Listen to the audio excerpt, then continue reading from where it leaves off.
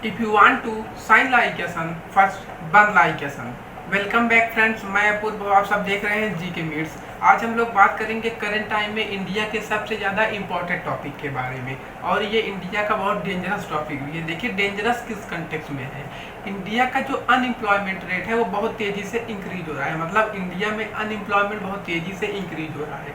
देखिए अनएम्प्लॉयमेंट में इंक्रीज होने के बहुत सारे कारण हैं, जिसमें सबसे पहले आता है पॉपुलेशन। देखिए पॉपुलेशन बहुत तेज़ी से इंडिया का इंक्रीज हो रहा है, जिस पॉपुलेशन को इंक्रीज होने में और एम्प्लॉयमेंट पॉपुलेशन के कंटेक्स्ट में इंक्रीज नहीं हो पा रहा है, जिसकी वजह से अनएम्प्लॉयमेंट की सिचुएशन क्रिएट हो रही है।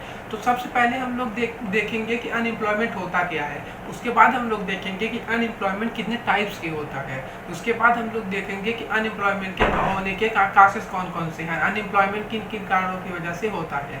उसके बाद अनएम्प्लॉयमेंट का इम्पैक्ट क्या होता है किसी कंट्री के ऊपर। इसके बाद हम लोग देखेंगे कि अनएम्प्लॉयमेंट को एलिमिनेट करने के लिए गवर्नमेंट ने कौन कौन से स्टेप्स लिए हैं और हम आगे क्या क्या कर सकते हैं अनएम्प्लॉयमेंट को एलिमिनेट करने के लिए।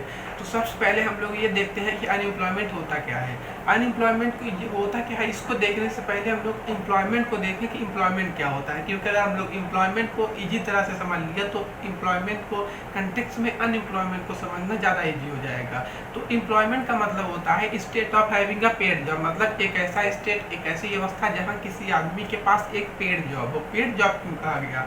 देखिए जॉब भी यहाँ बोला जा सकता था। जॉब माने कोई आदमी कहीं काम कर रहा है, लेकिन जब तक कोई आदमी कहीं काम कर रहा है उसके बदले में उसको कुछ पैसा नहीं मिल रहा है, तो वो एम्प्लॉयमेंट की कंडीशन नहीं होगी। मतलब जॉब तो है, उसके साथ साथ पेड जॉब भी है, तो वो एम्प्लॉयमेंट की सिचुएशन होगी।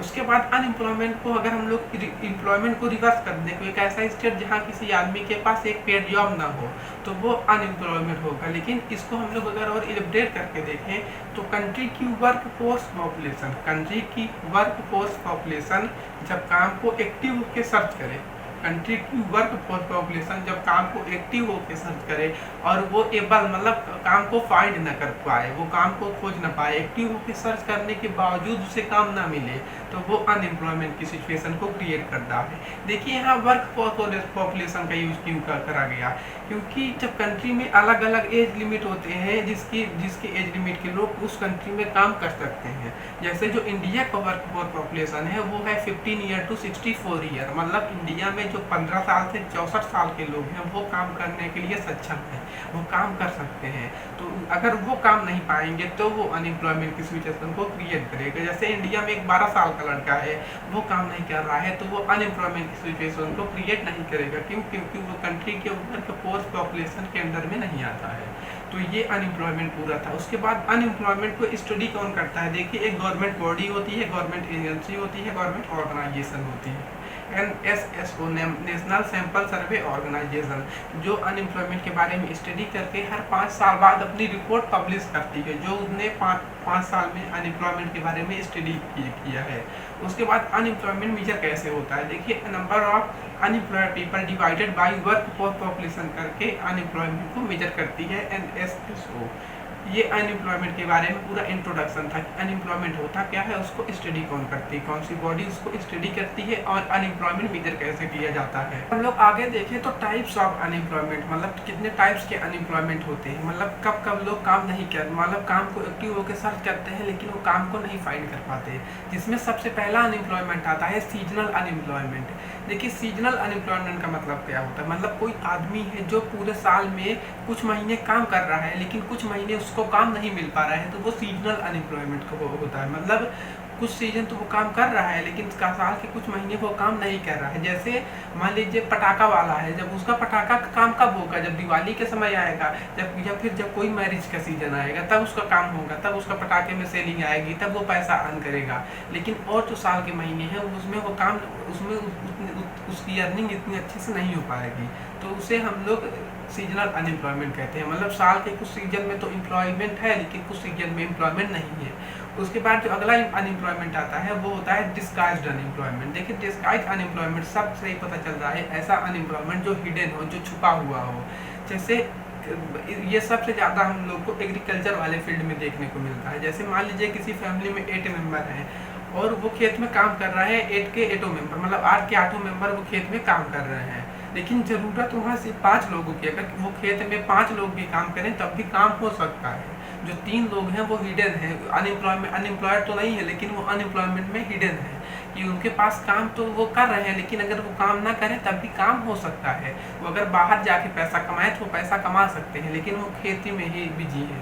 तो ये होता है हिडन अनएम्प्लॉयमेंट। उसके बाद अगला अनएम्प्लॉयमेंट होता है स्ट्रक्चरल अनएम्प्लॉयमेंट। देखिए स्ट्रक्चरल अनएम्प्लॉयमेंट का मतलब होता है कि मार्केट में स्किल किसी और चीज़ की ज़रूरत है, लेकिन किसी आदमी के पास कोई दूसरी स्किल है। जैसे मान लीजिए मार्केट में ज़रूरी है कारपेंटर की, लेकिन जो आदमी है उसके पास पेंटिंग की स्किल बहुत अच्छी है, तो उसकी स्किल और मार्केट की स्किल में लिंक कनेक्ट नहीं हो पाएगा, जिसकी वजह से वो अनएम्प्लॉयमेंट रह जाएगा। उसके पास स्किल तो है, लेकिन जो स्किल उसके पास है वो स्किल मार्केट को ही चाहिए।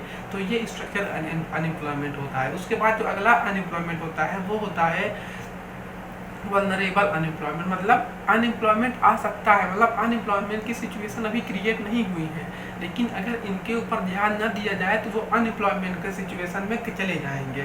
जैसे मान लीजिए फार्म लेबरर हैं, वो अनएम्प्लॉयड हो सकते हैं, मतलब अगर उनके पास उनको कोई अच्छी स्कीम न दी जाए, कोई अच्छी चीज़ उनको मतलब स्कीम प्रोवाइड न की जाए, तो वो अनएम्प्लॉयमेंट हो सकते हैं। अभी एम्प्लॉयड है लेकिन अनएम्प्लॉयड होने के चांसेस हैं।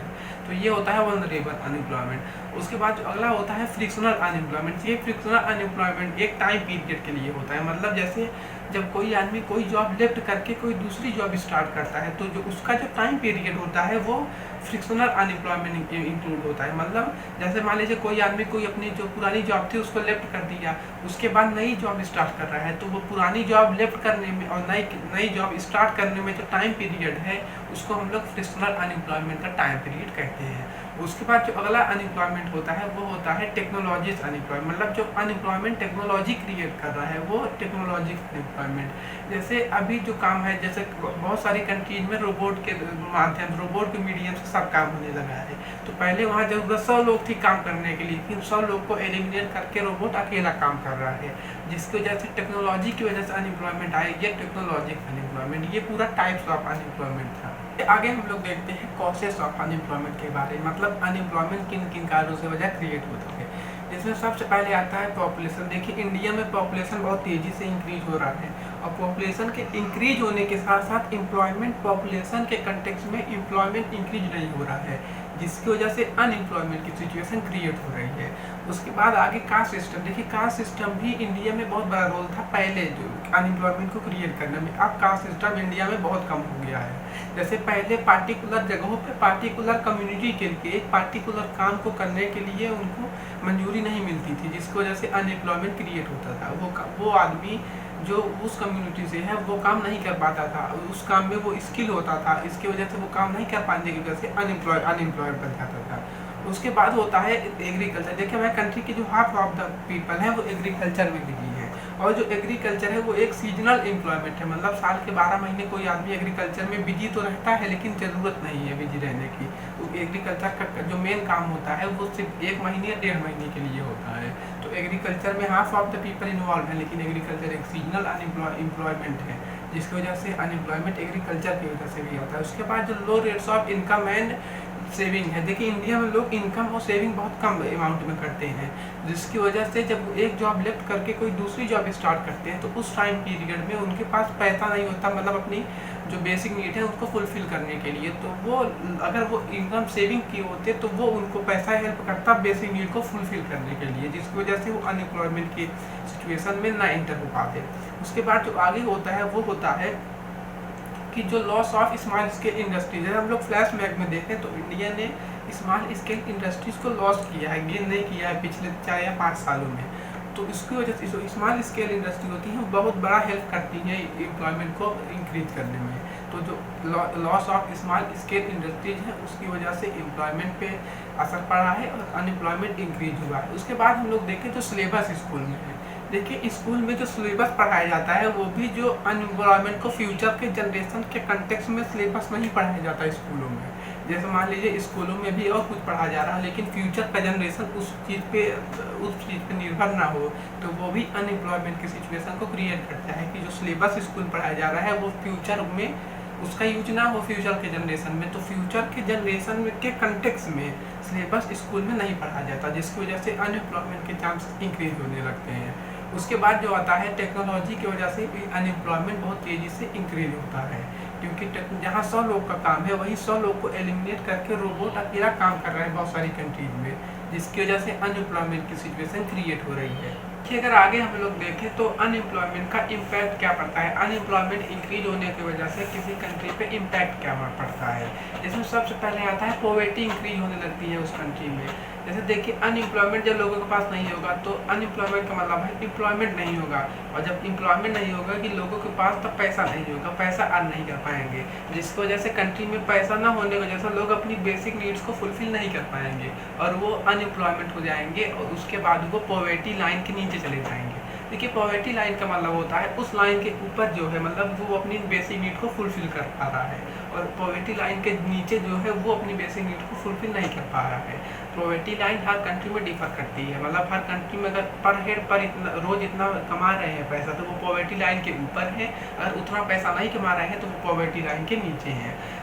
अगर हम लोग पॉवर्टी इंक्रीज होती है अनएम्प्लॉयमेंट को इंक्रीज होने की वजह से, और जब पॉवर्टी इंक्रीज होगी तो लोग इलीगल एक्टिविटीज़ करने लगेंगे, पैसा लेने के लिए, पैसा कमाने के लिए किडनैपिंग करने लगेंगे और ड्रग्स की स्मगलिंग करने लगेंगे, बहुत सारे चीज़ें करने लगेंगे। अगर उनके पास पैसा नहीं होगा तो इलीगल एक्टिविटीज़ करना चालू कर देंगे।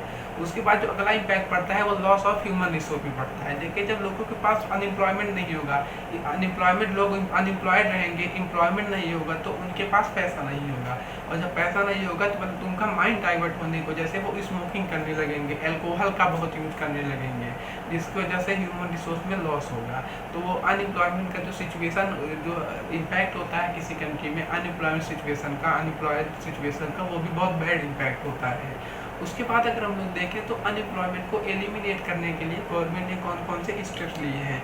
गवर्नमेंट ने मनरेगा चालू किया 2005 में, Mahatma Gandhi national rural employment guarantee act, जिसके तहत 100 डे लेबर्स को 100 डे का मतलब 100 दिन काम करने के लिए साल में उनको प्रॉमिस किया, अगर नहीं दे पाए तो उनको एलोवेंस भी देंगे। उसके बाद स्टार्टअप इंडिया स्कीम को चालू किया गया, मतलब स्टार्टअप बिजनेस को प्रमोट करने के लिए। उसके बाद जो है प्रधानमंत्री कौशल विकास योजना को चालू किया गया 2015 में बिजनेस स्किल को डेवलप करने के लिए। तो गवर्नमेंट ने बहुत सारे स्टेप्स लिए हैं, लेकिन वो स्टेप्स का इम्प्लीमेंटेशन जो है वो अच्छी तरह से ना होने के कारण ये जो देखिए तो गवर्नमेंट स्कीम तो बहुत अच्छा था, लेकिन जो उसका इम्प्लीमेंटेशन है वो अच्छे से नहीं हो पाया, जिसकी वजह से अनएम्प्लॉयमेंट क्रिएट हुआ। हमारे आज के डिस्कशन का सबके लास्ट टॉपिक है कि हम लोग आगे क्या क्या कर सकते हैं अनएम्प्लॉयमेंट को एलिमिनेट करने के लिए। इसमें सबसे पहले आता है कि हमको एग्रीकल्चर पे ज़्यादा ध्यान देना होगा। देखिए ध्यान देने का मतलब क्या है कि गवर्नमेंट को एग्रीकल्चरल इनपुट्स लो रेट पे प्रोवाइड करना होगा, जिससे लोग ज़्यादा उसको यूज करके फार्मर ज़्यादा प्रोडक्शन करे। तो एग्रीकल्चर पे ज़्यादा ध्यान देना होगा, क्योंकि हमारी कंट्री की half of the people agriculture में इंगेज है। उसके बाद हमको जो लेबर है मतलब इंटेंसिव फैक्ट्रीज को सेटअप करना होगा। टेक्नोलॉजी का यूज़ करें लेकिन टेक्नोलॉजी का यूज़ कम करें, फैक्ट्रीज को सेटअप करें, स्मॉल स्केल इंडस्ट्रीज का सेटअप करें, जिससे ज़्यादा एम्प्लॉयमेंट मिले लोगों को। उसके बाद हम लोग सर्विस सेक्टर को और ज़्यादा मतलब सर्विस सेक्टर को प्रमोट करने की वजह से हम लोग एम्प्लॉयमेंट को इंक्रीज कर सकते हैं, सर्विस सेक्टर का और प्रमोशन हो। उसके बाद एग्रीकल्चर में भी और ज़्यादा गवर्नमेंट हेल्प करे, जो इनकम लो इन्वेस्ट करे गवर्नमेंट एग्रीकल्चर में ज़्यादा। उसके बाद लेबर को ज़्यादा लेबरस दे, मतलब कोई ऐसी स्कीम, बहुत सारी स्कीम लाई जाए जिसमें लेबर्स को अच्छे वेजेस में, अच्छा लेबर्स को अच्छी वेजेस में काम मिले। उसके बाद सर्विस सेक्टर को प्रमोट करने। तो ये सब सारी चीज़ें आज अनएम्प्लॉयमेंट के बारे में थी। आपको वीडियो कैसा लगा कमेंट बॉक्स में ज़रूर बताएं। मिलते हैं अगले वीडियो में। जय हिंद।